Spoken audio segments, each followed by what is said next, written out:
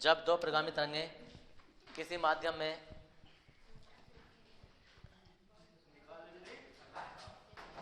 अरे वो निकल जाओ उससे, स्पीकर से कहीं ना जाएगा, वो बेहतर ना है।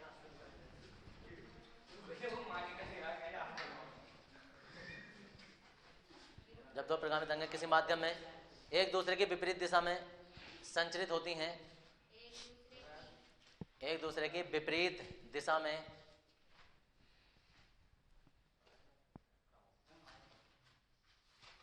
एक दूसरे की विपरीत दिशा में संचरित होती हैं,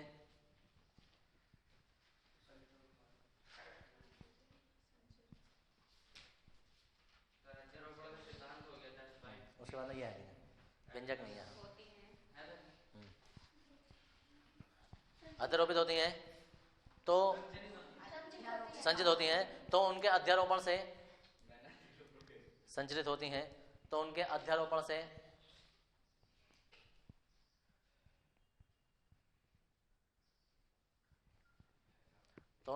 से नई तरंगें उत्पन्न होती हैं, तो उनके अध्यारोपण से नई तरंगें उत्पन्न होती हैं,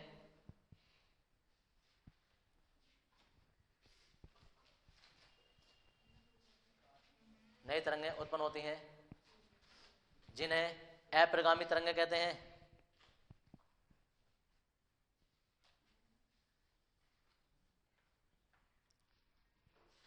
जिन्हें अप्रगामी तरंगें कहते हैं।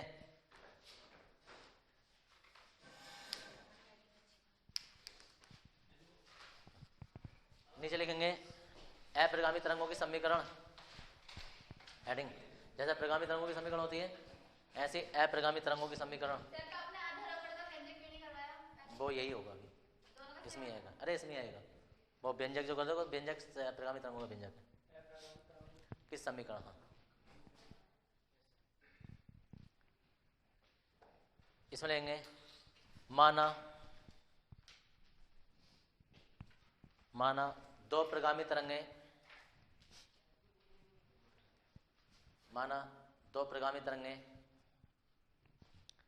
एक दूसरे की विपरीत दिशा में संचरित होती हैं।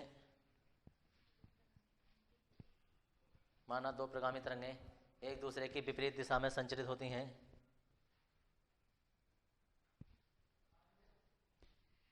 एक दूसरे की विपरीत दिशा में संचरित होती हैं जिनके विस्थापन समीकरण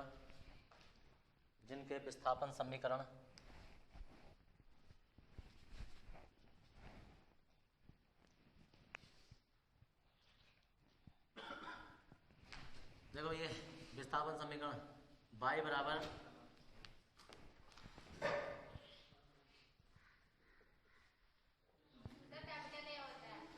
स्मॉल बना एस कहते हैं sine 2 pi t upon t minus x upon lambda, ये y1 हो जाएगा।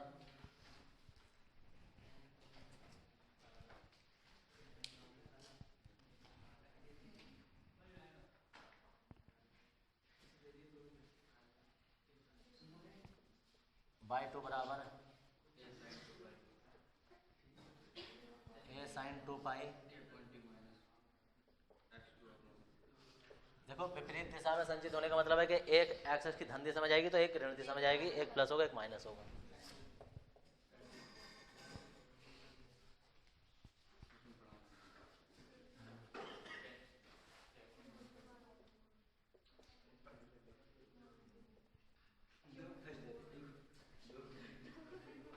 दी गई प्रगामी तरंगों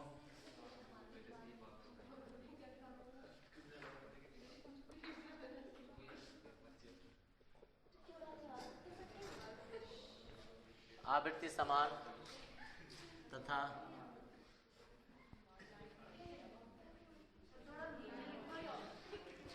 और नीचे लिखते हैं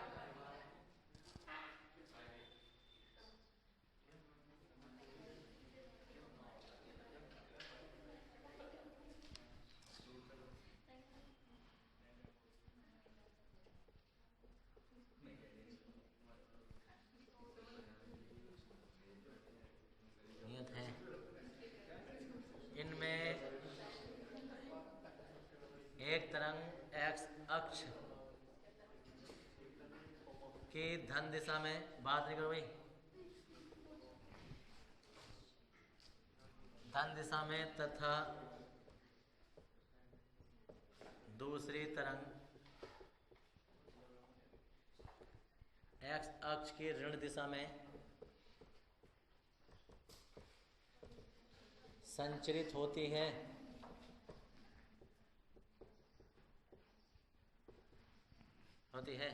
हम कहेंगे अध्यारोपण के सिद्धांत से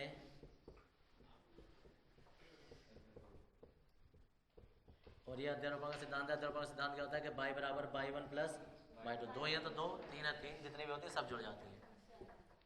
तो बाई बराबर यहाँ वैल्यू लगा देंगे ए साइन और यहाँ 2 pi t upon t minus x upon lambda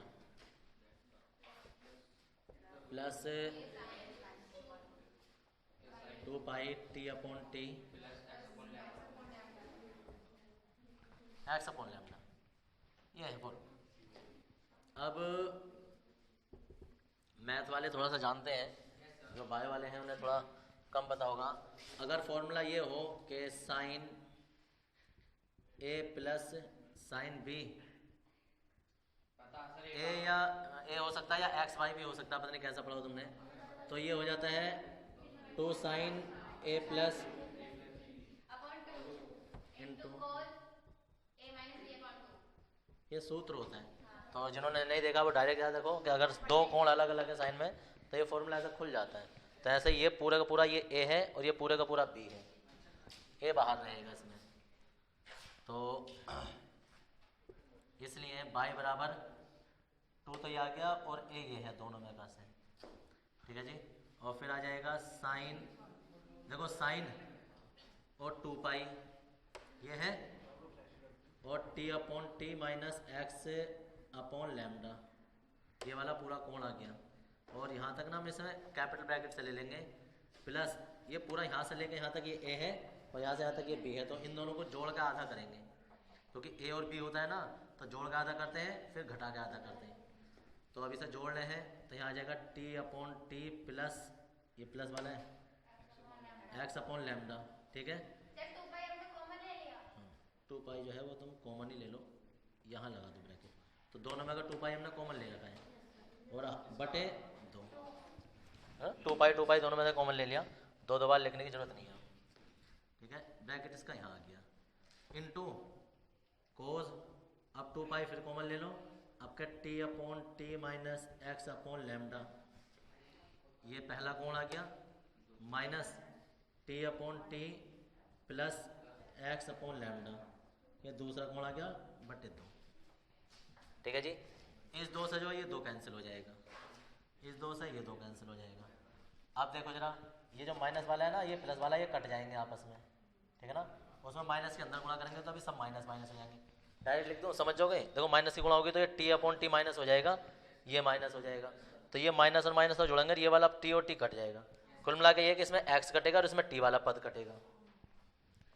तो यहाँ आ जाता है बाई बराबर 2a साइन पाई और यहाँ बचेगा हमारे पास ये तो कट गया होगा, तो टी और टी 2 बार हो गए होंगे ये, यानी कि 2t अपॉन टी, ठीक है, इनटू कोज और यहाँ पाई बचा होगा और यहाँ बचा होगा माइनस के, क्योंकि ये भी माइनस का ये भी माइनस का हो जाएगा, माइनस के एक्स अपॉन लैम्डा।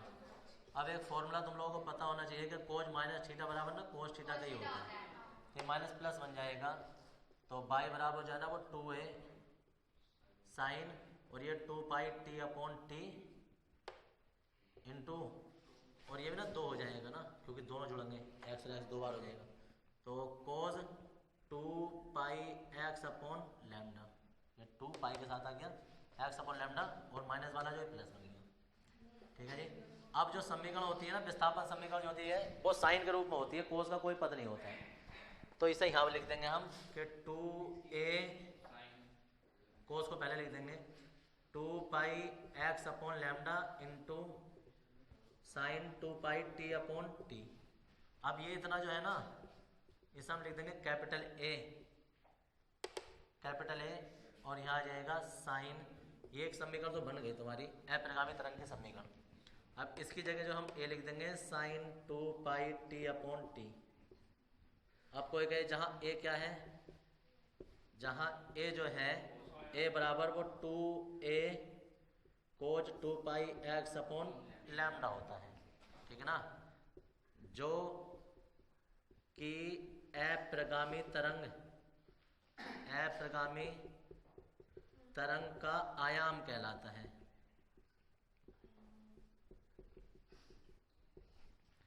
आयाम कहलाता है, जो कि अप्रगामी तरंगों का आयाम कहलाता है। यहाँ तो हो गया। अब हम कहेंगे अप्रगामी तरंग की तीव्रता।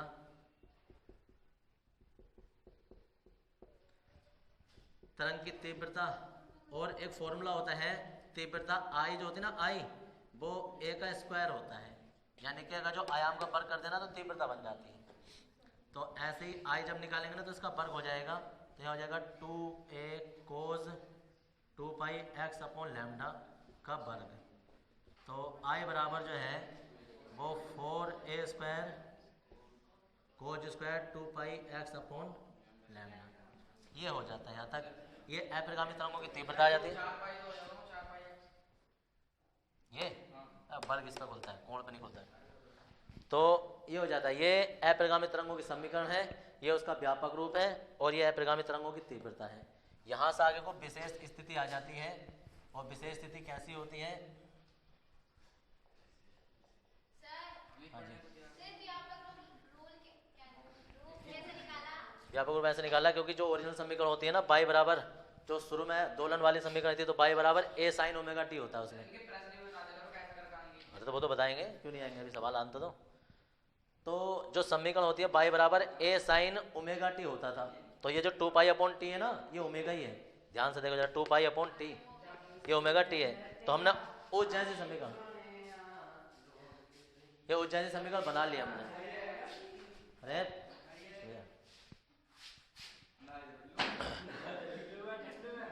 बैठ जाना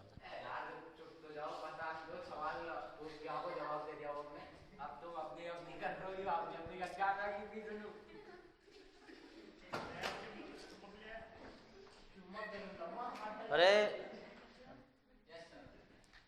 बाई बराबर ये जो है समीकरण तुम्हारी प्रगामी तरंगों की समीकरण है, ये उसका व्यापक रूप है। व्यापक रूप उसे कहते हैं सामान्य रूप, जो नॉर्मली सामान्य समीकरण होती है कि बाई बराबर ए साइन ओमेगा टी। तो ये उसी जैसी समीकरण बन गई, जहाँ ए जो है वो वहाँ तो ए आयाम होता था, लेकिन यहाँ आयाम जो है वो इस रूप में है, ठीक है, और इस आयाम का वर्ग कर देते हैं तो तीव्रता बन जाती है। क्वेश्चन ये रहता है कि अप्रगामी तरंगों की अधिकतम और न्यूनतम तीव्रता का व्यंजक स्थापित कीजिए। कि अधिकतम तीव्रता कहाँ मिलेगी और न्यूनतम तीव्रता कहाँ मिलेगी? तो अधिकतम तीव्रता तब मिलेगी जब कोस का मान अधिकतम होगा, और न्यूनतम तीव्रता तब मिलेगी जब कोस का मान न्यूनतम होगा, क्योंकि ये मान तो अब फिक्स हो गए, इनमें तो चेंज होगा नहीं, हम कोण बदल सकते हैं बस। तो कोस का अधिकतम मान जो है वो कहाँ कितना होता है? मैक्सिमम कोस का मान 1 होता है +1, और सबसे कम मान जो होता है वो 0 होता है, ठीक है जी। तो हम वही बात लिखने वाले हैं। विशेष स्थिति नंबर 1 है कि हम कहेंगे अधिकतम तीव्रता के लिए, देखो अधिकतम तीव्रता के लिए cos square 2 pi x upon lambda का मान अधिकतम होना चाहिए। समझ में आ रहा है? इसका मान अधिकतम होगा तो तीव्रता का मान भी अधिकतम होगा। अर्थात हम क्या कह रहे हैं? हम कह रहे हैं कि cos square 2 pi x upon lambda बराबर 1 होगा तो मान अधिकतम होगा।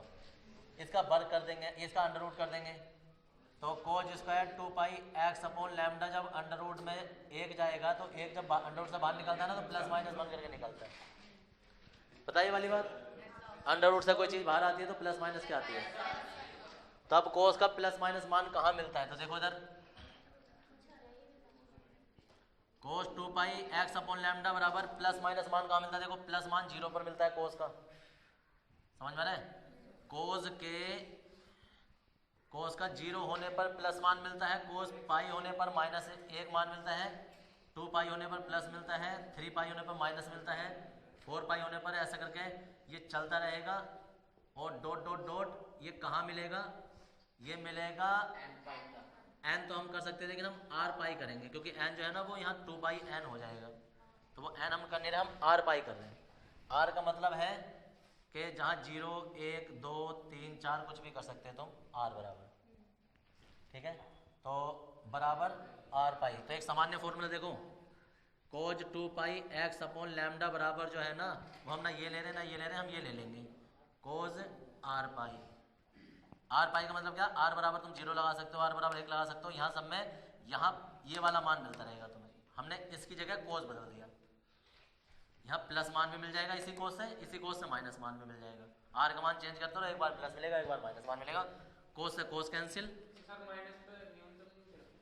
हाँ न्यूनतम इसलिए नहीं होगा ना क्योंकि वर्ग है ना, तो अगर हम माइनस करते तो वो वर्ग माइनस में आ जाता, ऐसे 2 पाई एक्स अपॉन लैम्डा कोस से कोस कैंसिल हो जाएगा, r पाई बचेगा, तिरछे गुणा कर देंगे इसकी तो ये पाई नीचे चला जाएगा, देखो पाई से तो पाई कैंसिल हो गया, ये नीचे लैम्डा ऊपर, तो x बराबर जो है वो r लैम्डा अपॉन 2, यानी x का मान देखो कहाँ मिल सकता है, 0 हो सकता है, r की जगह हम 1 लगा देंगे तो लैम्डा बाई 2 मिल सकता है, कितना 2 लैम्डा बाई 2 मिल सकता है, 3 लैम्डा बाई 2 मिल सकता है, डॉट डॉट डॉट ऐसे चलता रहेगा।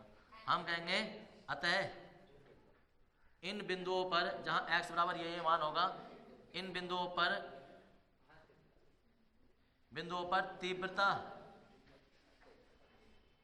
तीव्रता अधिकतम होगी इन बिंदुओं पर होगी। अब बात आई थी जैसे विशेष स्थिति अधिकतम मान के लिए निकालिए तो फिर न्यूनतम मान के लिए भी निकालेंगे। हम कहेंगे स्थिति नंबर सेकंड, स्थिति नंबर सेकंड में देखो न्यूनतम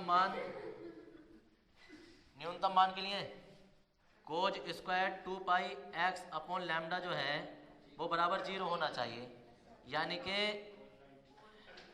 कोज 2 पाई एक्स अपॉन लैम्डा का 0 मान कहाँ मिलेगा, तो देखो कहाँ मिलता है कोज में, एक तो पाई बाई 2 पे मिलता है 90 पर, एक 3 पाई बाई 2 पे मिलेगा, 5 पाई बाई 2 पे मिलेगा, dot dot dot 2n plus, ये ना सामान्य फॉर्मूला बना रहे हैं इसका, तो सामान्य फॉर्मूला जो बनेगा वो बनेगा 2r प्लस 1 अपॉन 2 पाई बन जाएगा। क्या बन गया देखो इधर, r की जगह 1 है 3 है 5 है, तो 1 3 5 7 के लिए 2r प्लस 1 अपॉन 2 है। अब r बराबर तुम 1 लगा के देखो, यहाँ 1 2 3 4, देखो r बराबर तुम 1 लगाओगे ना यहाँ, तो 2 1 2 और 1 कितना हो जाएगा 3, तो 3 हो जाएगा। हमें पहले 1 बनाना है ना, तो 0 से स्टार्ट करो, r बराबर 0 लगाओ, यहाँ कितना हो जाएगा 1 अपॉन 2 बचेगा, यानी पाई बाई 2 ये वाला मान आ जाएगा। 1 लगाओ तो 2 1 2 और 1 3 आ जाएगा, 2 लगाओ 2 दूनी 4 और 1 5, ये वाला मिल जाएगा। तो जैसे ऐसा मान लगाएंगे तो ये जो है एक अक्कर का मान है, ये सामान्य फॉर्मूला है, सामान्य फॉर्मूला है, मतलब कि अब हम देखो कोस से तो कैंसिल कर देंगे, 2 पाई एक्स अपॉन लैम्डा बराबर ये बचेगा 2r प्लस 1 अपॉन 2, और यहाँ बचेगा पाई से तो ये पाई कैंसिल हो जाएगा, तो यहाँ बचेगा 2x अपॉन लैम्डा बराबर 2r प्लस 1 अपॉन 2। अब देखो लैम्डा ऊपर चला जाएगा, 2 नीचे चला जाएगा, क्या बचेगा x बराबर 2r प्लस 1 अपॉन 2, और यहाँ आ जाएगा लैम्डा। और सोचो जरा क्या क्या खुल सकता है लैम्डा में, तो यहाँ आ जाएगा lambda by 2, lambda by 3 2, sorry उल्टा हो रहा है, 3 lambda by 2 5 lambda by 2 7 lambda by 2, और डॉट डॉट डॉट ऐसा चलता रहेगा। इन बिंदुओं पर जैसे ना हम कहेंगे अतः इन बिंदुओं पर तीव्रता न्यूनतम होगी, यहाँ लिख देंगे इसके नीचे 4 किस जगह, यहाँ कैसे 2 नीचे, ये वाला 2 नीचे जाएगा तो यहाँ 4 हो जाएगा भाई, ये भी अच्छी बात बताइए, 2 नीचे जाएगा ये ऊपर चला जाएगा। तो देखो इधर यहाँ जब हम 0 लगाएंगे तो लैम्डा बाई 4 मिल जाएगा, जब 1 लगाएंगे तो ये मिल जाएगा, 2 लगाएंगे तो ये मिल जाएगा, ऐसी यही चीजें चलती रहेंगी। मतलब x बराबर इन बिंदुओं पर अप्रगामी तरंग की तीव्रता न्यूनतम होगी, x बराबर इन बिंदुओं पर अप्रगामी तरंग की तीव्रता अधिकतम होगी। ये विशेष स्थिति तुम्हें तब बतानी है जब वो तुमसे कहे कि अप्रगामी तरंग की समीकरण स्थापित कीजिए और किन बिंदुओं पर अप्रगामी तरंग अधिकतम और किन बिंदुओं पर अप्रगामी तरंग की तीव्रता न्यूनतम होती है, तो ये तुम्हें ये बताना है। वरना अप्रगामी तरंग की तीव्रता की समीकरण यहाँ तक, वो सॉरी अप्रगामी तरंग की समीकरण सिर्फ यहाँ तक आ जाती है। ठीक है जी, तो परिभाषा ये थी। अब एक दोबारा से सुनो, अप्रगामी तरंग होती क्या है? अप्रगामी तरंग ये होती है कि एक तरंग इधर से गई, एक तरंग उधर से आई, जब आपस में टकराएंगे तो एक नई तरंगें बनती हैं और उन तरंगों को अप्रगामी तरंगें कहते हैं। अब कोई कहे ये तरंगें कहाँ उत्पन्न होती हैं, तो हम ऐसी जितनी भी ध्वनि तरंगें जहाँ पर आवाज़ गूंजती है, टकराती है, वो सब अप्रगामी तरंगें होती हैं। अब कोई कहे कहाँ, ऐसा कहाँ होता है, तो गिटार किसी ने देखा होगा, ठीक है जी, तो गिटार में जब वो उसमें तार खींचे होते हैं, तो जब हम तार इस तरीके से हिलाते ना तो एक कंपन आगे को चले गए, लेकिन वो कंपन टकरा के वापस आ रहे होते हैं, इधर से हम दूसरा कंपन भेज देते हैं, तो वो तरंग आपस में टकराती है, इससे एक स्वर बनता है। स्वर मतलब संगीत बनता है और वो संगीत हमें अच्छा लगता है। इससे जो बेसुरी आवाजें नहीं बनती हैं, इससे सुरीली आवाजें बनती हैं। ठीक है जी, जब तरंग टकरा टकरा के आते हैं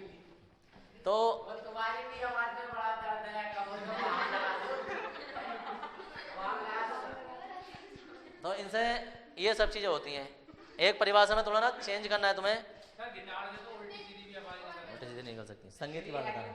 तो इसका मतलब तुमसे सुनो, अगर उल्टी सीधी, अगर किसी संगीत से उल्टी सीधी तरंगें बन रही है, इसका मतलब तुमसे अध्यारोपण सही से नहीं हो रहा है कि तरंग जाने से पहले तुम उसे टकरा दे रहे हो, वो स्वर नहीं बना पा रही है। देखो हमें कोई गिटार हाथ में दे दें, बजाना नहीं आता तो उल्टा सीधा बजाएंगे, कुछ से कुछ आवाज आएंगे। किसी जो नॉर्मली जो पहले से प्रोफेशनल आदमी हो, जब वो बजाएगा ना उसी गिटार को, तो कैसी भी आवाज निकलवा लो उससे, तो वो क्या करता है, वो इस हिसाब से बजाता है, इस हिसाब से तरंगों को निकालता है उसके अंदर से, कि जब उनका अध्यारोपण होता है ना तो एक नई तरंगें अप्रगामी तरंगें बनती हैं। जब चाहे वो आवाज को अधिक कर लेंगे उसी से, जब चाहे वो धीरे कर लेंगे। पियानो, हारमोनियम और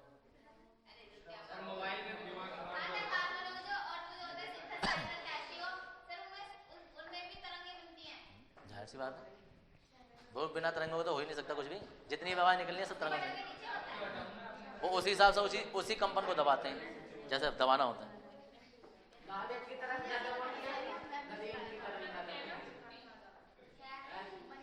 देखो उधर दो शब्द जल्दीबाजी में छूट गए, वो तुम्हें ऐड करने जरूरी। जब दो अप्रगामी तरंग है ना, अप्रगामी तरंग, अरे शुरू में परिभाषा में, जब दो अप्रगामी तरंग किसी माध्यम में ऐसे करके जो लिखा हुआ है, तो दो के बाद में प्रगामी तरंगे, तो जब दो प्रगामी तरंगे किसी माध्यम में ऐसा करके है, तो शब्द है जब दो, और दो के बाद में तुम्हें लिखना है समान आयाम तथा आवृत्ति। ये शब्द ऐड करने हैं। अब हो ना हो छोटा छोटा करके ऊपर को लिख दो, समान आयाम तथा आवृत्ति की प्रगामी तरंगे। दो के बाद में, चाहे तो दो से पहले लिख दो, समान आयाम तथा आवृत्ति।